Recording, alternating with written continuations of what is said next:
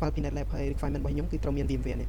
មាន VMware មួយហើយអញ្ចឹងយើងមាន file Pinet Lab មួយហើយតម្លើងនៅលើ VMware ហ្នឹងអូខេសួស្តីអ្នកនរគ្នាហ្នឹងហើយថ្ងៃនេះខ្ញុំចង់មកបង្ហាញទាក់ទងជាមួយនឹងការ config initialize ទាក់ទងជាមួយនឹង firewall security device ហ្នឹងហើយអ្នកនរគ្នាប្រហែលជាអាចភាគច្រើនគឺស្គាល់ហើយទាក់ទងមួយ firewall ទាក់ទងជាមួយនឹងជញ្ជាំងភ្លើងរបស់យើងហ្នឹងហើយអញ្ចឹងមុននឹងចូលទៅកាន់ lab របស់យើងខ្ញុំចង់និយាយទាក់ទងជាមួយនឹង Pinet Lab ហ្នឹងសិនហ្នឹងហើយ Pinet Lab ហ្នឹងអានឹងគឺជាទាក់ទងជាមួយនឹង method មួយដែលយើងអាច config ទាក់ទងជាមួយនឹងnetwork device បានជាច្រើនហ្នឹងហើយអាចមាន switch router អីអញ្ចឹង Windows អីយើងអាចដាក់បញ្ចូលនៅក្នុងនឹងបានដើម្បី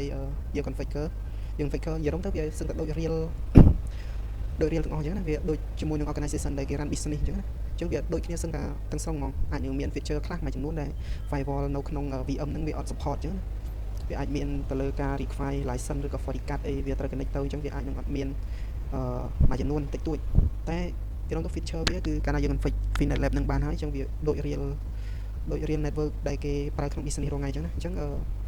ខ្ញុំវីដេអូនេះខ្ញុំអត់បាន focus ទាក់ទងជាមួយនឹងការ install Pinet Lab ទេតែបើសិនអ្នកទាំងអស់គ្នាចាប់អារម្មណ៍ខ្ញុំអាចបង្ហាញជាមួយនឹងវីដេអូក្រោយអាច comment នៅខាងក្រោមបានបើសិនជាត្រូវការអញ្ចឹងខ្ញុំនឹងបង្ហាញទាក់ទងជាមួយការតម្លើងតែខ្ញុំគិតថាវាអត់ខ្វះនៅលើ YouTube គឺមានច្រើនហ្នឹងហើយគ្រាន់តែអ្វីរបៀបតម្លើង Pinet Lab មកវាមានហើយអញ្ចឹង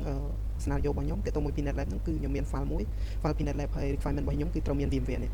មាន VMware មួយហើយអញ្ចឹងយើងមាន file Pinet Lab មួយហើយតម្លើងនៅលើ VMware ហ្នឹងអញ្ចឹងខ្ញុំដាក់ដូចជា 100G ហើយទាក់ទងមួយ RAM វាខ្ញុំប្រើដូចជា RAM ហ្នឹងនេះអញ្ចឹងយើងដាក់ storage រាងធំមកនេះ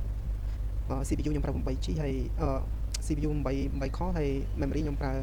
ជិត 10G ដែរហ្នឹងហើយ storage ខ្ញុំដាក់ 100G ដោយសារយើងត្រូវ upload ទាក់ទងមួយ network device ដូចជា switch router អី laptop desktop អីយើងអាច upload ទៅនឹងដើម្បីការប្រើបានអញ្ចឹងណាអញ្ចឹងខ្ញុំដាក់វាច្រើនបន្តិចហើយបន្ទាប់ពីយើងតម្លើងនៅលើនេះហើយយើង log in មកកាន់ web browser អញ្ចឹងមានន័យថាយើង log in ទៅកាន់ VMware មួយនេះ Pinet Lab ដែលយើងតម្លើងនៅលើ VMware អញ្ចឹងវាមិនអានបាន IP អញ្ចឹងយើងយក IP មកយើងទៅ log in ទៅ web ដើម្បីយើងអាច configure នៅលើ network device បានជាច្រើនទៀត